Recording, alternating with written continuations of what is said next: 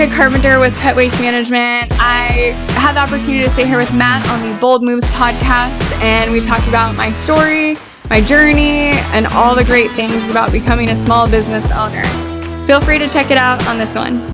Welcome to Bold Moves, the show where real people share the risks they took, the lessons they learned, and the bold steps that changed everything. I'm your host, Matt Torres. From entrepreneurs and visionaries to everyday people making an impact, we dive into honest stories of growth, grit, and transformation. If you're chasing a dream, building something new, or just ready to level up, you're in the right place. Let's get into it.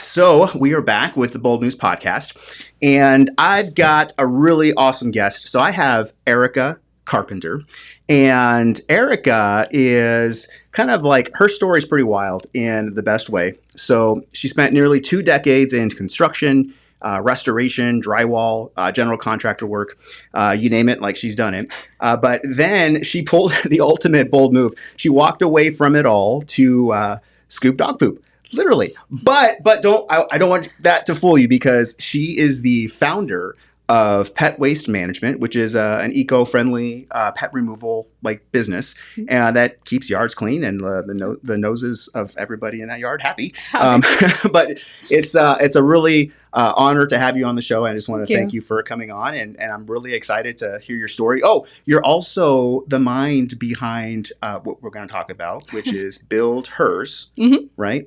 Which is a women in construction networking event. So I'm really excited to have you on the show and start talking about this. Thank you. Say hi. Hi, thank you. Thank you for having me. I'm super excited to be here. Yeah, my story is an interesting one, to say the least.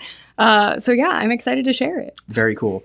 I want to give everyone just kind of like a quick how we met, because we just met today. Totally. Yeah. Yep. But you are friends with Afton, which is also who I know from BNI. And Correct. You're also now in BNI too. And not yet. Not officially yet, but I'm making my way around, meeting people, trying to find a good chapter to join. Because you want to make sure you get a good chapter to join.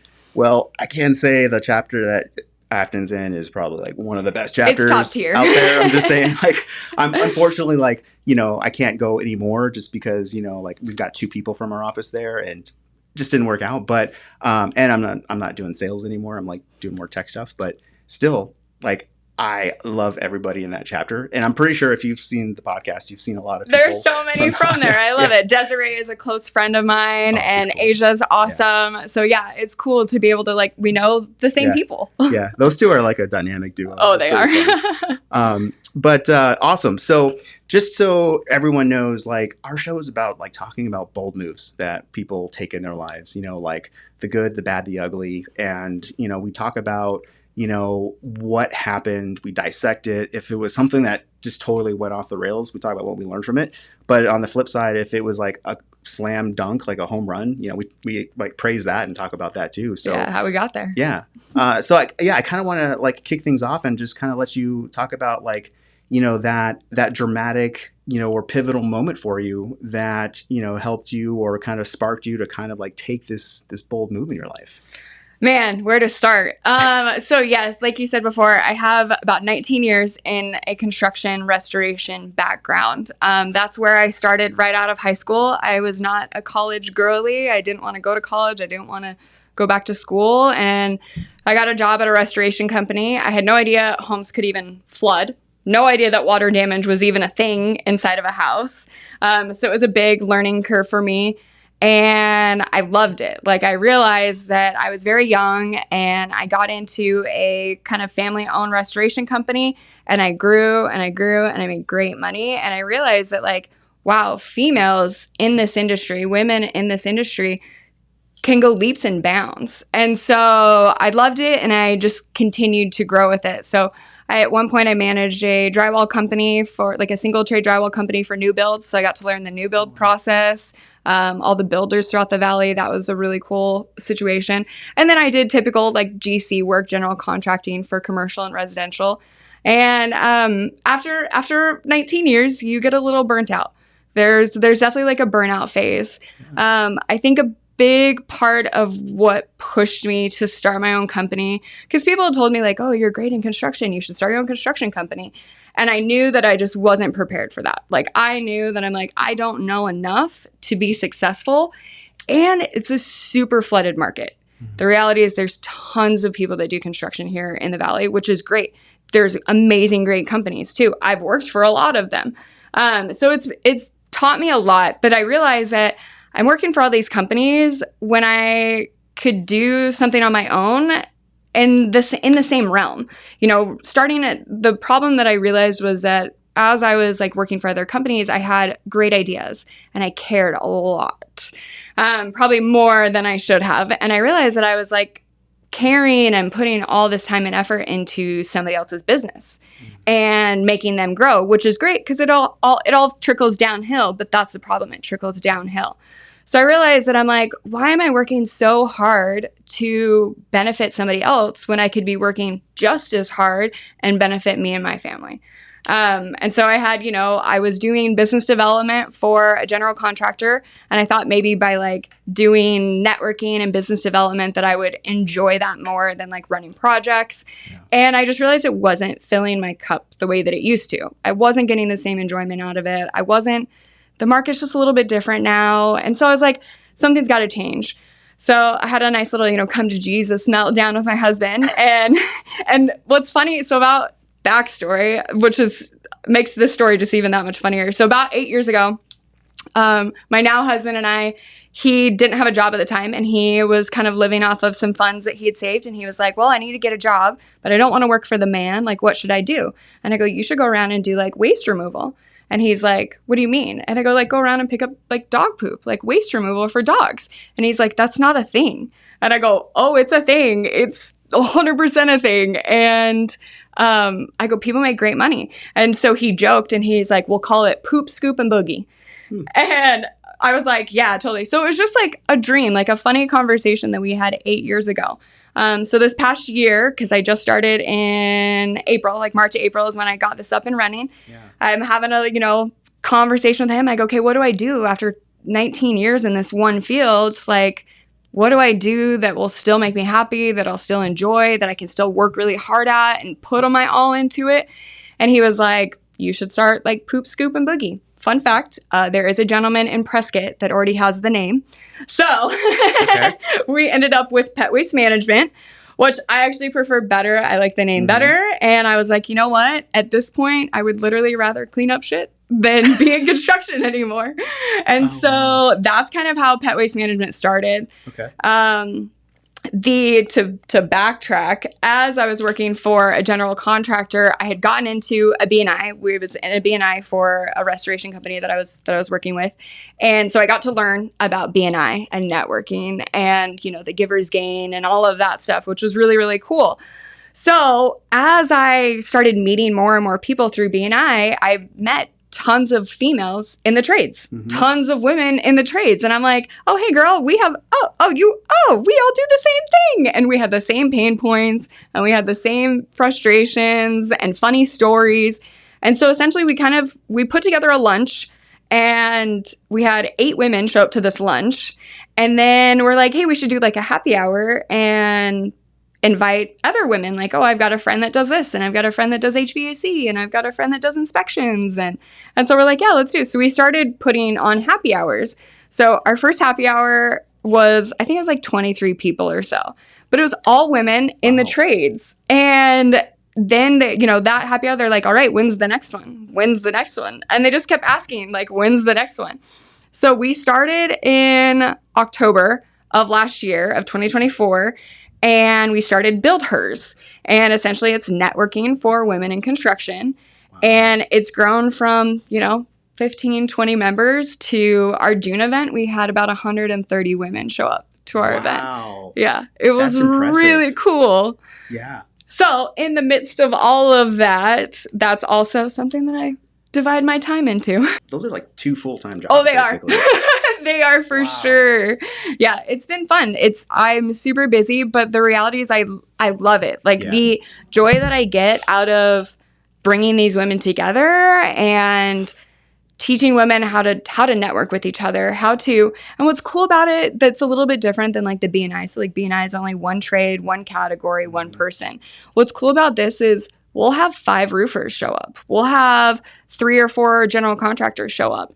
And what's great, and even when I did general contracting, I had another general contractor call me and say, hey, I have a job on the west side. I don't want to go over there. Do you want to do it? Yeah, girl, let me have it.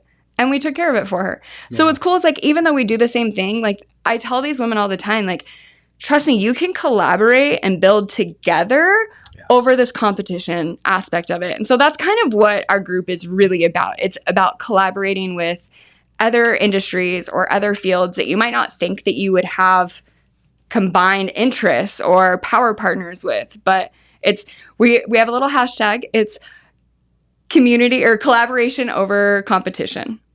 And so, so it's been really cool to like just bring these women together and help them network with each other and grow their businesses.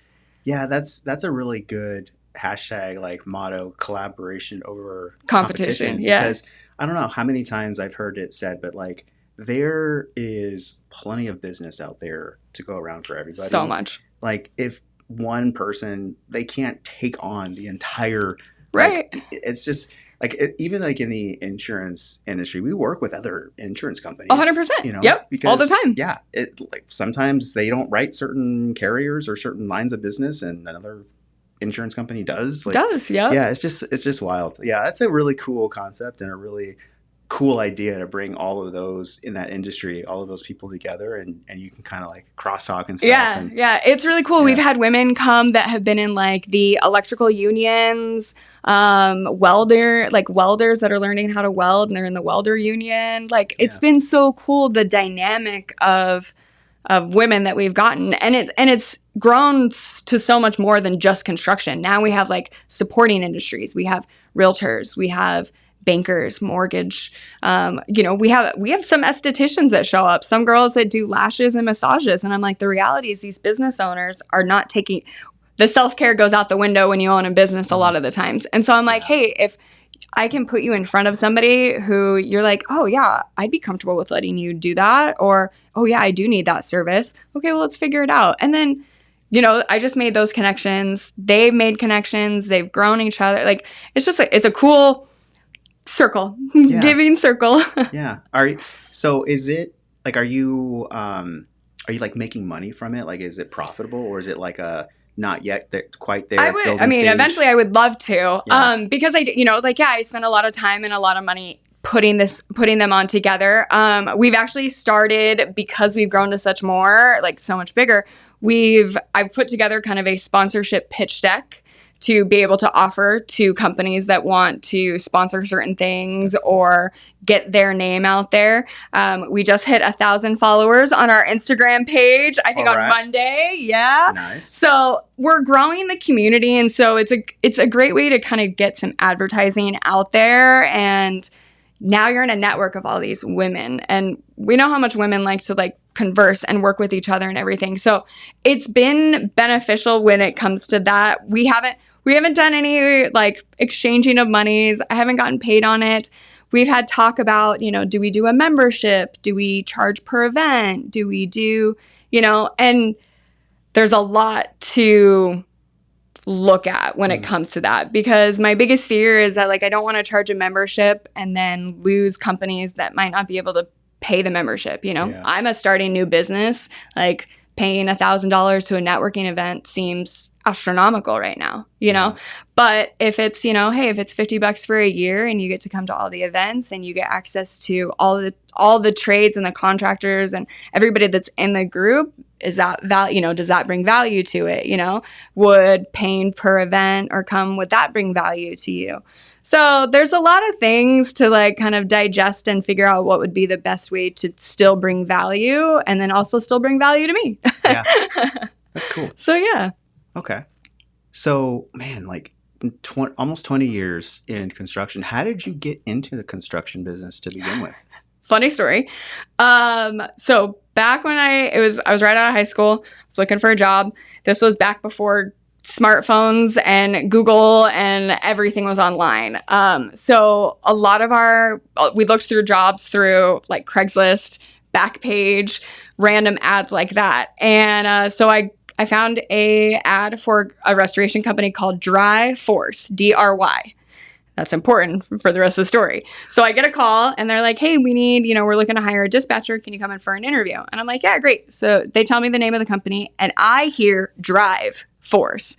So I'm thinking it's like a car company, a rental car company, something in the realm of driving, maybe like a logistics company, something like that. But again, it's not like we had Google to like look up these companies. They barely had a website at that time. Yeah. And so I go into the interview and that's when I learned that about restoration and that homes could flood, or that, when a house catches fire, you can actually repair it, not just tear the whole thing down and start over. And so I got to this interview and I realized it has nothing to do with cars or driving. And I was like, okay, all right, well, and I am a firm believer in fake it till you make it. And I just went along with the interview and I'm like, yep, okay. And the reality is it was just a dispatch position. It was in taking calls and finding the right technician and sending them out to address a flood or water damage. And so it was super simple. It was an easy job. To me, it felt like a 911 dispatcher. Like I felt like I was saving the world. But it was great. And so that's essentially how I got started in construction. Was I thought I was going for a driving or a drive or car type of company, and it ended up being a restoration company. And then I realized that like I made great money. I learned a ton. And there was a lot of these companies that are usually husband and wife or just the guy that's running them. And he has nobody in the office to help. He has nobody to handle all the admin stuff, handle the phones, handle the paperwork. And so I learned very early on, 20, 21 years old, that I'm like, okay, this is where it's at. Like, this is where you make good money. Like, screw college. I can do this, kind of thing. So, it's so true. Like, I went back to college, like, when I was old. So, like, when I first went into school, it was like, I don't know, right out of high school, and I failed all my classes. Like, I dropped out after like a year and a half, and then I went to like go work for the sheriff's office. And there you go. Detention officer, Yeah. But then, life fast forward, and I come back, 10 years later, and I go back to school because I want to do like military stuff. And so I'm like driven because like in order to get like there, I have to get that. You have to go to school. Yeah. Yep. So I think I got my degree, and if there was underwater basket weaving, I would have taken that. I did interdisciplinary studies, which is basically kind of like a meld of like all these courses that was like, okay, I like that. Yeah. And so I started out like music ed, and then I got like some business classes. I just kind of like pieced them all together. There you go. And it worked. But it's so funny because like I don't use my college degree like for anything. It's like a piece of paper. Right. And it's like I do like tech stuff, coding, which I wish I would have gone back and did like a computer science degree or something. But and gotten yes. But I mean, I've just been self-taught and taught myself everything. Like now with YouTube, like you can get a whole degree on YouTube. Like, pretty much, you can learn literally anything. Yeah. Anything. Yeah. It's crazy. It's wild. But yeah, no, that's funny that you said that because it made me think about that. Yeah, totally. So that's cool. Like that's wild how you kind of like got that intro into general contracting and you just kind of like just ran with it. Yeah. So I learned a lot. I was there at that first company for 8 years, and I realized there was so much more. There was the rebuild side of it. There was not the emergency services. There was, pack outs. There's contents. There's so many things to it that it was such a world that you could get into. I'm curious, like, was there anything that was like a catalyst for you that kind of like pushed you to like, okay, I got to make a change. Like I need to go like do something else, or I'm going to go do this. Like, was there anything that just kind of like just set you over the edge? Like in the beginning when I got into it, or when I started pet waste management? When you started pet waste management, because you were in it for like 20 years, and then for 20 years, I mean, like most people think, okay, that's gonna be your life, Yeah. But like, was there something that just like that was the straw that broke the camel's back? I'm doing something else. Oddly, I think it was a couple things that contributed to that. I think a lot of it was I realized that I was working for people that were taking shortcuts, I think is the best way to put it, politically correctly, was taking shortcuts with their work and their customers and their clients. And it had been unfortunately, it's kind of an ongoing thing in that industry. And it was frustrating to see that I cared more about the outcome than the owners of these companies. And so when I realized that, I'm like, you know what, if so-and-so can chat GPT a full reconstruction estimate, I can manage to start an own business by myself. Like, I can figure that out. If I've done it this long, I'm resourceful. I can figure it out, and it's, nobody teaches you how to do this. You literally have to figure it out on your own. And I think a big drive to starting my own business and making this big jump was seeing other people do it that didn't have enough skills that I did. And I was like, I know more and I can accomplish more, but I'm being held back by XYZ. And I'm like, you know what? Let's not be held back anymore. And it was really cool when I realized that, like, when I started my business, I could market it however I want. I could discount however I want. I could change my structure of the services that I offer. I don't only just go around and pick up dog poop, but because I have a construction background, I can also install waste stations and service waste stations for communities and HOAs and commercial properties, hotels. I realized that there's so many other little outlets that I knew and could capitalize on. And that's where I was like, all right. And you know what? And here's the thing. If I fail, I only have myself to blame. But I was kind of sick and tired of putting my livelihood and my living and my hobbies and my dreams and my goals in somebody else's hand for them to mismanage. And so I was like, all right, we're gonna do this ourselves and we're not gonna mismanage it. And if it fails, then that's on me. And if it succeeds, that's on me. That's awesome. So that's kind of how it got started, was bad leadership pushed me to start my own thing. That's interesting. That's been like the catalyst for me for a lot of things. Like, really? Okay, I'm just gonna do this because like everybody's just like doing it wrong. Like right. Like I have a great idea. Let me see if I can do this right. Yes. Yeah. That's funny.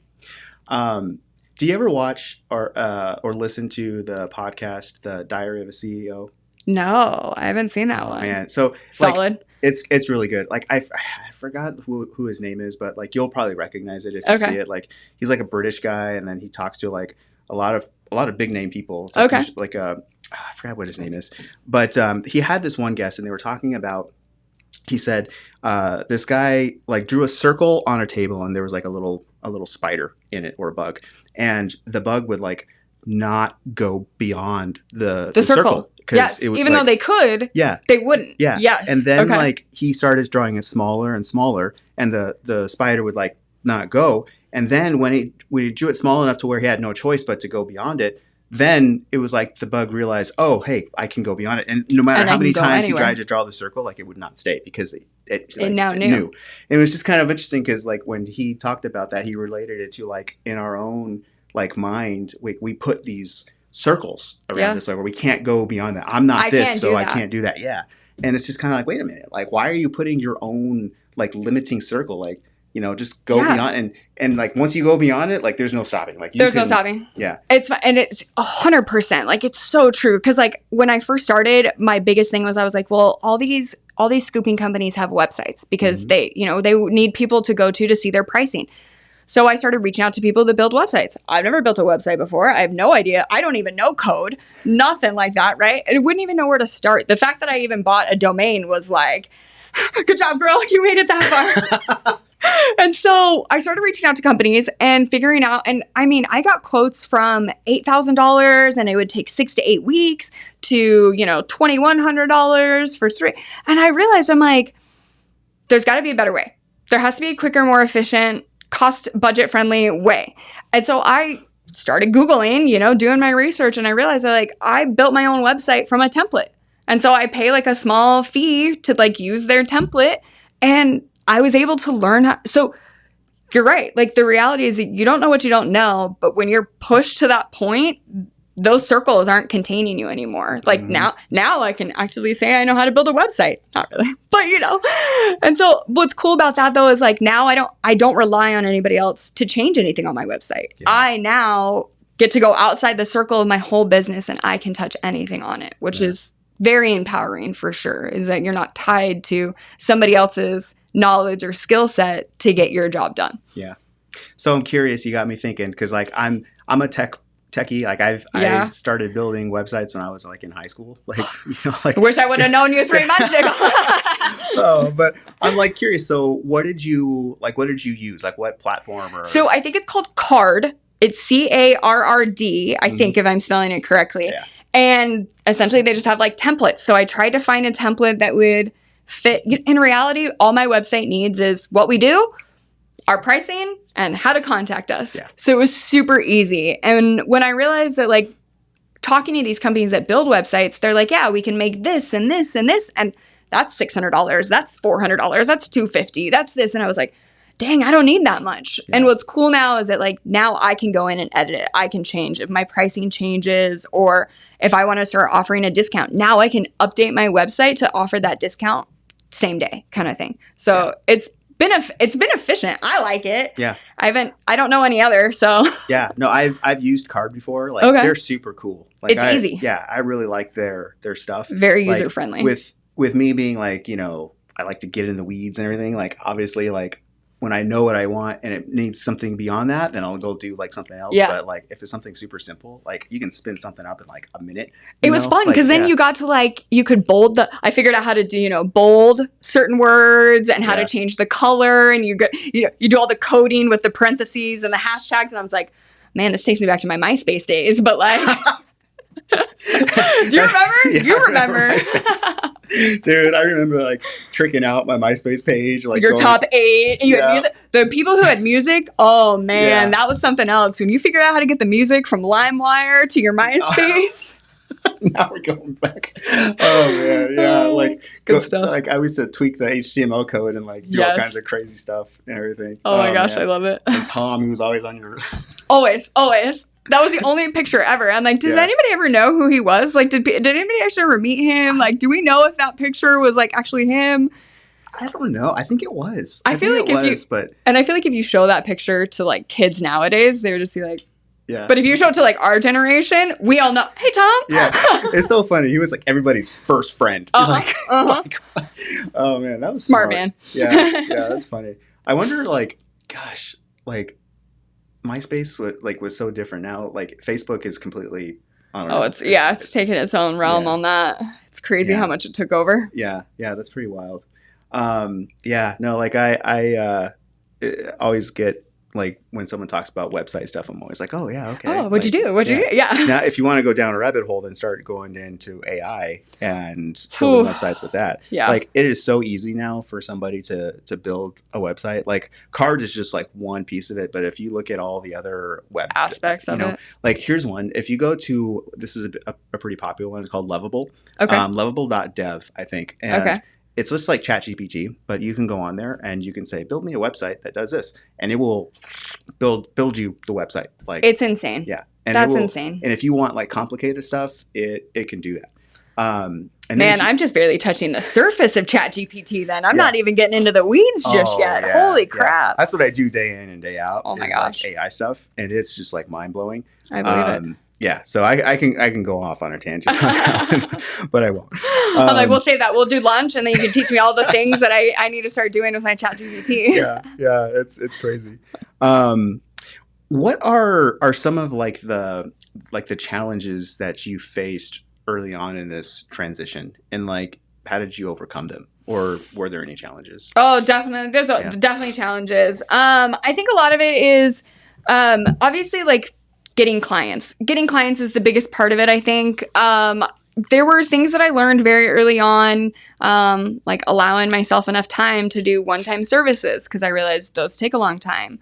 I had a customer that signed up for weekly reoccurring. I did one service, took forever. And then the next week he canceled on me. And so I was like, dang, I don't have any safe holds against things like that. So as I started it and as I started getting clients and certain things came about, I started to learn, you don't know what you don't know. And so those all taught me great, valuable lessons. I learned, kind of how to network with power partners and like turf cleaners and landscapers and pest controls and stuff like that. And in the beginning, I always say, like, when you're starting a business, you still have to keep the lights on, you still got to have bill money, so to speak. So I think that's been like the hardest part about it, is just keeping the lights on during this process, for sure. But I also I was trying to do like kind of contractual or like side work, like I do a lot of social media stuff. So I offer that to people. I'll do add-on services. I have this sweet lady that I do her scooping services, and she's like, I got half the yard mowed. And I was like, okay, no worries. And I get out there and I was like, let me offer to like do an add-on and I'll mow the rest of her yard, kind of thing. And so I like sent her a message after I left, and I was like, hey, I'm always trying to find ways to help and hustle. It's hot out. I go, for this much, do you want me to mow it the next time I, finish mowing the next time I come by? And she goes, if I can't get my kiddos to do it, then yeah, I'll let you know. And I was like, okay, great. Sounds like a plan. So I'm always trying to find different random side hustles just to try, keep the lights on, as I say. So I think that, and I'm sure, I guarantee I'm not the only one in that realm of that pain point of just like, all right. And it's funny, as I've met small business owners and other business owners, almost 9 out of 10 of them are like, oh no, I have a whole other 9-to-5 job. This is just, and it's crazy, like the economy and what we've got into, where the fact that we have to have, a corporate 9-to-5 style job on top of like trying to start our own business just to get that freedom, just to, break those chains. So it was definitely like a hard break to do that. And I always tell people, I'm like, I have 19 years of construction experience. So I tell a lot of contractors, I'm like, hey, if you need admin help, you need help with your books, or you need help with your, putting notes in, uploading files, like stuff that you're too busy doing, I'm like, hit me up, I'll help you out. So I do a lot of that stuff for people and kind of thing. But I think that's probably the biggest like pain point of starting your own business, is keeping the lights on and keeping food on the table during the process. Yeah. The like side hustle economy has like really like taken off. Oh, it's like, insane. I think 2020 like probably sparked a lot of that. 100%. Totally. I would agree with you on that. Yeah. Like even just with like the DoorDash situations, well, and I joke, I'm like, man, I'm about ready to go do like some random DoorDashes just to bring some extra funds in, day to day. It's like, you got to bring in $100 a day. How hard can that be, kind of thing. But yeah. And the hustle on the market here, though, is huge for that. And everybody knows somebody, which is great, because it's like, oh, I've got somebody I can help you do that, or I've got, So it's cool. I like that aspect of this. Yeah, that's wild. Mm-hmm. Yeah, it's like, you gotta, like, especially like building a business, a lot of times, it takes a while for it to become profitable. It does. Still gotta eat. Still gotta eat. Like, I had one client that, bless her soul, like gave me the greatest break of my small business career, if you will. But I met her at a B&I, and she was like, hey, I need your services. I just remodeled my backyard, and I have 2 dogs, and I can't get out there, and it's just taking, like I'm too busy. And I'm like, yeah, I got you, no worries. And she's like, I don't want to have to think about you or your services. Can I just pay you for the year and be done with it? So she paid me upfront for the year, which allowed me to, it covers all of my expenses. In reality, what she paid covers my accounting, covers all of my little random fees for my domain and my Google Voice and all of these things for my small business. And I'm like, that was such a big break for me. Like, so I think I know a lot of small businesses get maybe 1 or 2 of those, and it just goes leaps and bounds. And I'm like, I'm forever grateful for her for that. And like, she's my favorite client right now. Don't tell anybody else. But no, it was cool. Like, stuff like that is really awesome. So it's like, if I can try and help other people and other small businesses in that same way, heck yeah, I'm going to try. Cause it just brings so much like joy to people. Like, I walked out of there like and then I cried because I was just like, thank you. Oh man. Yeah, that's a big relief when you have like that client that just says, okay, here's like, I trust you. Yeah. I got you. And in reality, it was for her. It helped her more than anything. Now she doesn't have to think about it. She doesn't got to worry about it. And she knows that I'm going to show up twice a week and make sure her yard's all clean. Yeah. So it's cool. What's like the wildest yard that you've seen? Like, has it been like pretty crazy? So I haven't had anything, oddly enough, like my years being in construction, I saw way worse scenarios. Wow. Like I had to do a roof inspection one time and I couldn't even get my ladder. Like I couldn't set my ladder down without like setting it in something. And I remember that house and I'm being like, I didn't know anybody at the time that did pooping, scooping at the time. So I couldn't even refer to anybody, but it was crazy. So luckily mine hasn't been too terrible.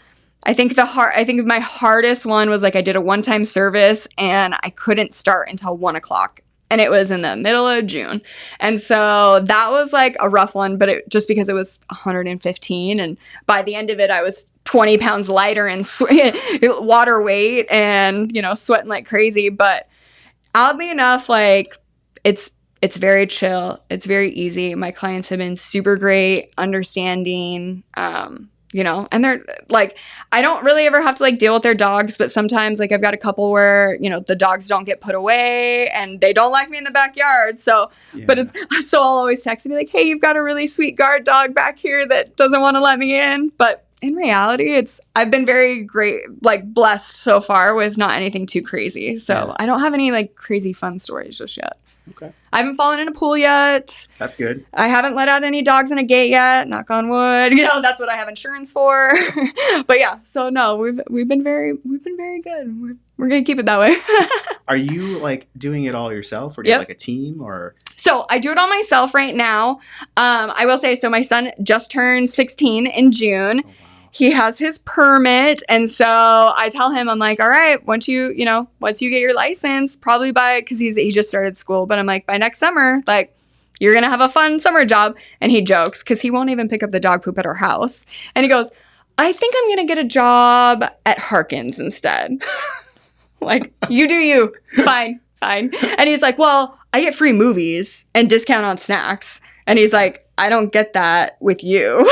I was like, he's got a point. He's got a point. So now I know as a future boss that I now need to like movie tickets are a requirement. Maybe quarterly movie tickets are expected, So cool. Now I know like, bosses like, all right, here's how we incentivize our employees. That's funny. Not my first job, but when I was 16, I worked at Hollywood Video. Oh, I remember Hollywood Video. Yes. Hollywood Video was cool. And then when I turned 18, I was able to work at Blockbuster. Oh, snap. Oh, yeah. Because Blockbuster, they had an age limit. Yes. Like 18. Blockbuster was a big deal. But, man, that was, like, my dream job because, like, for a kid, Right. Oh, 100%. I'd get free movies. Right. Like, I'm like, dude, like, and on top of that, you got to get the movies that were coming out the next week. Before everyone else. So you can take them home. Like, kids nowadays will not You'll never know. No. You'll never know what that's like. You'll never know what it's like to be like beg your parents to go to Blockbuster on a Friday night with you and a friend so you can pick out a movie to rent. Yep. And like that was the it place. Like I'm sure that you had a great time working there just because you knew that the weekends were like all of your friends were coming in. Yeah. Like it was like the hangout. Yeah. Like that was the Starbucks back in the day. Yeah. Yeah.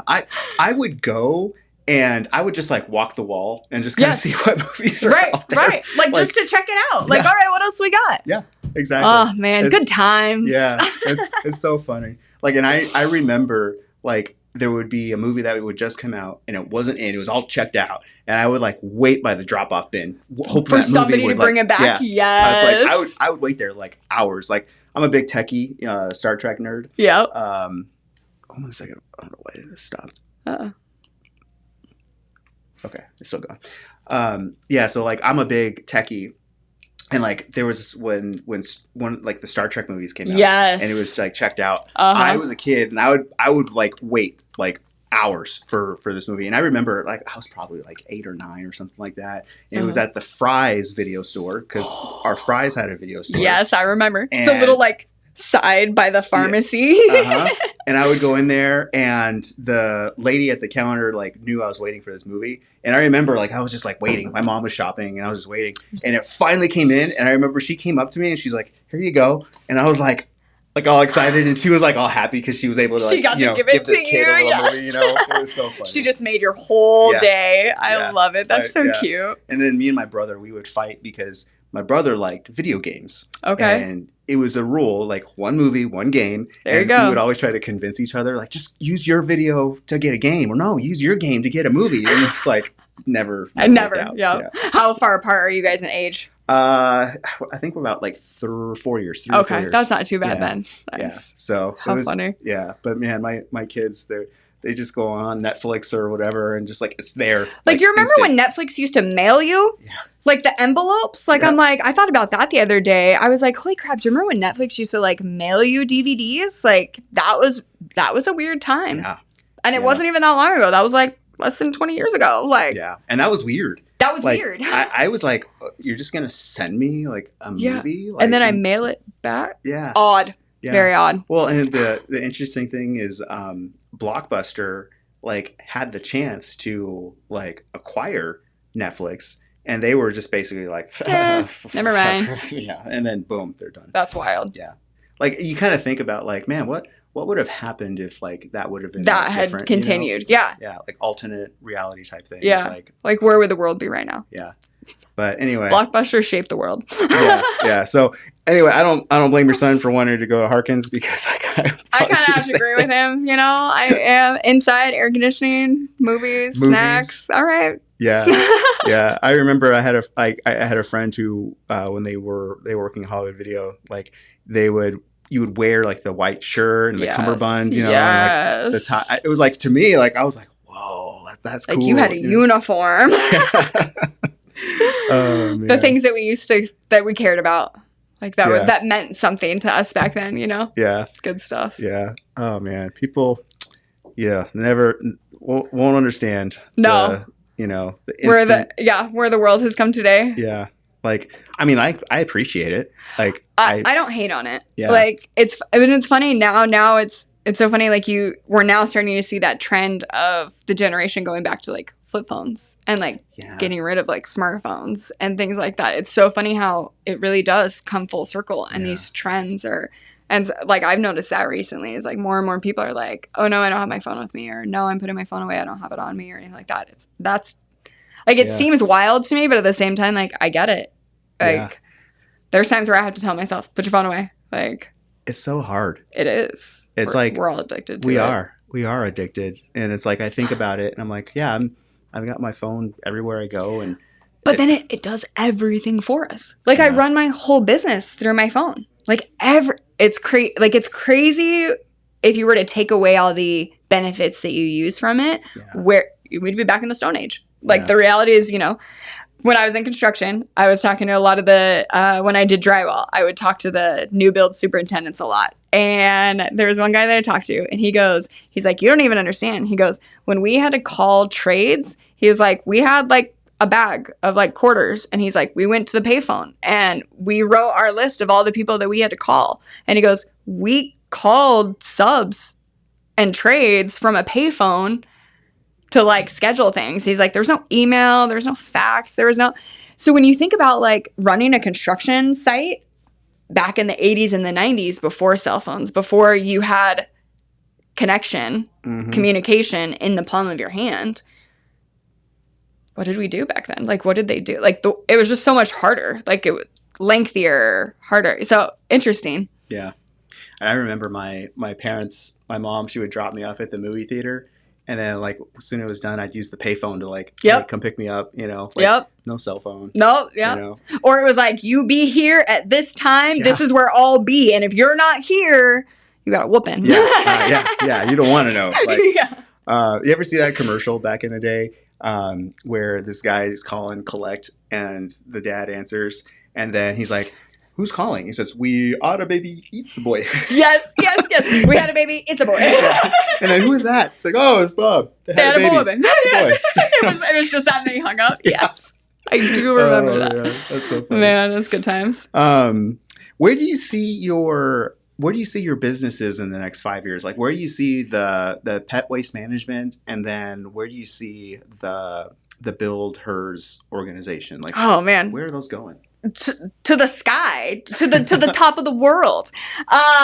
No, I would love to. My goal for pet waste management is to get 200 reoccurring clients. Nice. So whether that takes me a year, 6 months, 2 years, that's like my number one goal is I want to at least get 200 reoccurring clients. We live in a huge valley. It's completely doable. So I'm hitting a ton of networking events and trying to just grow that. Build hers. It's so interesting because I never in my wildest dreams thought that I would be running an organization like this ever. And then to have it flourish and grow so big. And it's so interesting. Every time we have an event, I have women reach out to me or they'll message me the next day and they'll be like, last night was amazing. It was so much fun. The energy is so different there. It's inviting, it's engaging, it's energetic, there's just something palpable about it, if that's the right word. And it's so it's really cool. I would love to grow it to essentially be like a job for me because I do enjoy, like, I like bringing the women together. I like going and meeting new people that we can host events at, that we can bring value to their business by bringing, 100 plus women into their showroom kind of thing. So Build Hers, I would love for it to just continue to grow. If I were to make a full-time living off of that, heck yeah. But right now, like, I just want to build it. I want it to be an outlet for women to, and in reality, it's not even a matter of like, hey, let's grow your business. Hey, come and make friends. Mm-hmm. Come and have camaraderie. We all have the same pain points. We all have the same frustrations. Like, and when you realize that like so-and-so standing right next to you is the same problem with Bobby that you have with Jimmy, you're like, oh, instant best friends, And so it's been really cool to be able to provide that. And that's my biggest thing is I want to be able to continue to provide that and just bring more women into it and have it be like a safe space for them to network and market and make friends and do business and grow themselves. A lot of these women that come, because we give them an opportunity to bring like a door prize, like a spotlight raffle prize. And if they bring a prize, they get to get up in front of the women and do like a little commercial, kind of like a 30-second little B&I commercial kind of thing. Cool. And it's cool to see the women that have been coming since October and to see how far they've grown in their presence when they're speaking. Mm-hmm. In October, in November, it was, hi, I'm so-and-so, and I'm just here doing this, and now they're here. They know half of the women that have been coming. There's new women that are coming each time. And, by July, they're like, hey, y'all, I'm so-and-so. I do this. I'm looking for this, blah, blah, blah. And you see just the personality and the character come out. And, like, that's what gives me joy. Like, money aside, that's why I've continued to do it this entire time. Like, I haven't made money doing it since October, but that's why I continue to do it is because I love being able to provide that and seeing that outcome. Like, gives me the warm fuzzies. That's cool. So it's a real confidence builder, like having that opportunity to like, speak in front of people and share your commercial or whatever it is that you want to share. That's really cool. I used to be the same way. Like, I was not a energetic, outgoing, talkative person. Like, I thought that was very salesy and I like shied away from it. And then when I realized it, I'm like, no, be proud of what you do. Be proud of it. I'm like, I'm proud that I pick up shit, Yeah. It can sound like, if you're not genuine, it can sound like really salesy. And I think that's the difference is I think that a lot of the women that have found Build Hers are looking for that genuine, true, like real woman connection. Unfortunately, there's a lot of fake women out there and the vibe the vibe is just different. Yeah. And it's cool. It's a cool situation. Well, what's cool is like the more that you're with like more genuine people, like the more you're around and you see what like actual genuine people, like how they care and they want to help you. Yeah. Then you can like spot the fakiness like a mile away. A mile away, yes. Okay. Yes. Yeah. And it's cool because then you're like, cool, I know that I want to work with you, might not want to work with you. Yeah. And the reality is like, they'll still do business. They'll still come to the events. And I would just tell people like, hey, if there's somebody that you don't like, you don't have to do business with them. Yeah. You get to pick who you do business with, Still be a human being, be nice, be polite, but But you know what? The great thing is sometimes those fake people don't really know they're being fake. Sometimes. Unfortunately, yeah. And then I think the more they're around your group of people who are not, they start to realize like, oh, I don't have to be this way, or and it turns into a character change almost. Yeah. And I'll say Growth. when I first started doing like networking stuff, I was kind of fake because like I didn't know how to. You just don't know how to do it. You don't Yeah. know how to be genuine or how to not be salesman-y. Yeah, I would agree. I probably was like that in the beginning too, like very salesy. Yeah. You're just kind of like, oh. I know. It's okay, honey. You'll get there. What would you tell your younger self? Like, would you give your younger self any advice, knowing what you know now? Like if you were to go back maybe 20, 30 years or even like, further? That's a good question. Honestly, I would still tell her to get in construction. I still think that was a great outcome. I think I could have humbled myself in my like late 20s, early 30s more and learned more. I would probably be in a different position now if I had done something like that back then. And so, like, self-reflection, I think, is a big part of, like, yep, if you had done something a little bit differently, you might be in a different position today. But the reality is that I'm very grateful that I've been true to myself and that I've stood up for what I care about. And I haven't ever backed down to companies or men or things like that in situations. I've always stood up for myself and I've always stood for what I care about. And so if anything, I'm proud. I think that my younger self would be proud of where I've at today. I think I've learned a lot more than I would have if I was in the same position I was 5 years ago to right now even. Mm-hmm. If I had changed something as little as 5 years ago. Like, I think she would be proud. I think there's some things where she'd be like, girl, you crazy. But, Man. What's your favorite book, podcast, or resource that inspires boldness for you?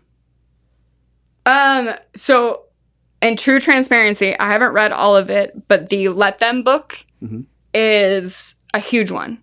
And I think it's adapting that lifestyle to your everyday. People are going to do whatever they're going to do regardless of your influence. So let them. If they're going to explain, if they're going to be a certain way, let them. Let their actions dictate how they are in your life. And I think that once you let go of the control, that you can't control everybody, you can't control outcomes to certain things. And once you understand that and you like let it be, I think the world, and for me, I just got happier. I realized that I was like, cool, it's something that I don't have to worry about anymore. Let them be them. I'm going to continue on my path, continue on my growth and my goals, and let them be, Is that by Mel Robbins? Robinson? I believe so, yes. Cool. Yes. Yeah, I heard she's got some good She has some really cool podcasts. Yeah. Like she has one episode on her podcast that really was essentially actually probably a big push as to why I pushed to start my own company was the being stuck, the stuck feeling.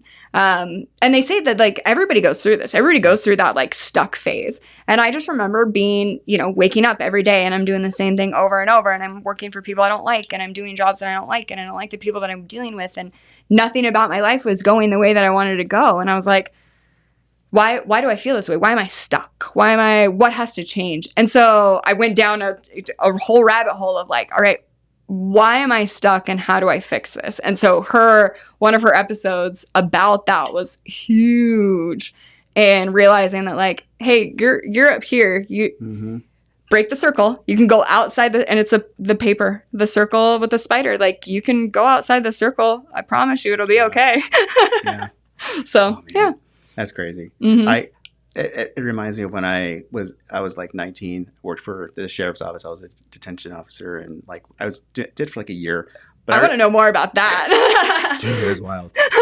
Stories for days. I remember I would go in every day and we'd have our little briefing, get on the elevator, go up, do my thing, and then shift over, get on the elevator, calm down, go to my car. And I remember there was this one moment because after a year you've been doing the same thing. There was this old guy and he was probably in his like 50s 50s, 60s. As a 19-year-old, that's old. You know what I mean? Right. Yep. And he'd been working there that entire time, like 40 years or whatever. His whole career was there. Yep. And I think, I don't know what he said. He said something that was like, yep, never gets old or something like that, or same old, same old. And I just remember in that moment sitting there, I'm like, no, I was 19. This cannot be it. And I'm like, like, I don't want to be doing this up and down, like, for the rest of my life. So, and then I just okay, I'm out. And I think I did drum corps and this amount of stuff. And I'm just like, yeah, but it was just like, I don't want my life to be like the same. You see it and you're like, like our generation, our parents taught us you get one job, you stay at that one job, and you're happy and you work it until you retire. And it's funny, like, my in-laws, they've worked at the same job since they started, and it's funny because I'm just like, I go, how is, like, that's what we're taught. And so when you break these generational norms by starting your own business or it's terrifying to them. Like my grandmother was like, I'm just so scared for you.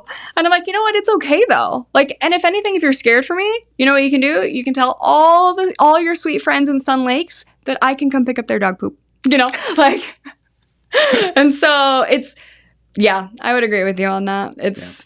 That's a fun one. You realize, like, I have to get out of this. Something has to change. Yeah. Well, and I think now too, like, the norm is not to be at the same job. Like, even employers, they actually frown upon that. Like, they're like, oh, you've been here for how long? It's kind of stale. Like, they want to see, like, upward, like, growth. Like, correct. Okay, what other challenge did you take on? Yeah. What other company? Oh, you're bored? You want to come work for me? Okay, let's do it. What can It's so different and it's so weird. But, like, that's kind of the thing now, It's just so strange. Yeah. The way the world's changed. What's the best piece of advice you've ever received? Oh, I want to feel very, like, wise in this one. That's a great question.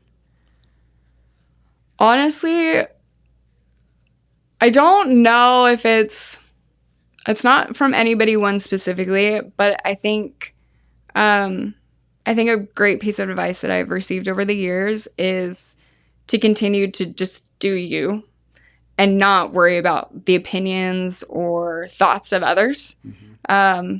I think a lot of times we get held back by the opinions of others. I have a very courageous career in construction for almost 20 years, and now I pick up dog poop. But the reality is, like, I'll gladly tell somebody who has had 40 years in construction, yeah, no, I would much rather do this than what you're doing. And so I think a lot of it is ignoring opinions, ignoring thoughts or, disingenuine comments by other people, and shooting for the sky and doing you and keeping your goals and everything in mind. Nice. In one word, how would you encourage someone to be bolder today? One word. Oh my goodness. Man, these are good questions. Holy crap. All right. Thesaurus time. One word. Okay, repeat the question one more time. Let's hear it. In one word, how would you encourage someone to be bolder today? I just want to be like, go for it. But that's not one word. What if it's a boy. We had a baby. It's a boy. Go for it. Breakthrough. Okay. I think breakthrough would be a decent one on spur of the moment, spot on the, right now, because I want you to break through the norms. Oh, that's good. Okay. A big part of what I'm about is, I'm a woman that was in construction for 20 years. That's not the norm. And the reality is I did great. And all the women in construction do great. So I'm a big advocate for that. I would be like, breakthrough and just show the world what you can do. I like it. That's cool. Okay. Is there anything that you wanted to share with, the audience, with me, anything before we wrap up for today? One, I just want to say thank you for having me on here. This is really cool to talk about kind of stories, and hopefully I can inspire other people that might be feeling stuck or burnout that, hey, you can do anything. You can start your own business. The sky is the limit. Very cool. Yeah, no, thank you for coming on the show. I think your website, I want to make sure I get this right, petwastemanagement.us. Correct. Right? Okay. Correct. So we service valley-wide. We offer sanitizing, deodorizing options. I even have a few homes that I do cat litter for too. So if there's people that are looking for that, I offer that. And then, like I said earlier, I do manage and can install the waste stations that you'll see in neighborhoods, communities, parks, and things like that. Oh, that's cool. I didn't realize that. Yeah. I think I did see that on your website, that picture. That's smart. So it's cool with my construction background. Like I know how to install those correctly with the correct footing to make sure that they don't get pushed over or fallen over or anything like that. And so I've actually had a few people with like HOAs and community managers reach out to me and be like, hey, come install and service it every week, and then do your sanitizing and deodorizing in the turf areas that we have. And so I worked out a pricing plan for them specifically. And so I do more than just pick up dog poop. I work with a lot of different like premier companies that need it. That's really good. Like I never thought about that, but that is a need because there are a lot of HOAs that have these little park areas that need those little 100%. Even like business complexes. Like business complexes. It's like and the reality is people take their dogs everywhere. Yeah. So then I also offer first response, veteran, and senior discounts. And then service dogs, like legit service dogs. I have a huge discount for those as well because it's my way to give back to the community that, I'm like, hey, you have a service dog for a reason. Let me help you with this. Okay. So, that's cool. Yeah. Awesome. Well, if you need Erica's services, I definitely highly recommend checking out petwastemanagement.us. There's a lot of cool stuff on there. You're going to find all the prices and all the information on how to get in contact with Erica to get your pet waste taken care of. That's cool. I didn't realize the cat stuff because I have cats. And there you go. That would be helpful. Very cool. Well, I thank you for coming on the show today. Thank you. I'm glad everyone got a chance to talk to you. And until next time, we are out. Thanks for listening to Bold Moves. I'm Matt Torres, and I hope today's story gave you that spark to keep moving forward. Be sure to follow the show for more conversations that inspire action, shift mindsets, and remind you you're not alone on the journey. For exclusive content, updates, and more, visit boldmovespodcastaz.com. Until next time, take the leap, trust the process, and keep making bold moves.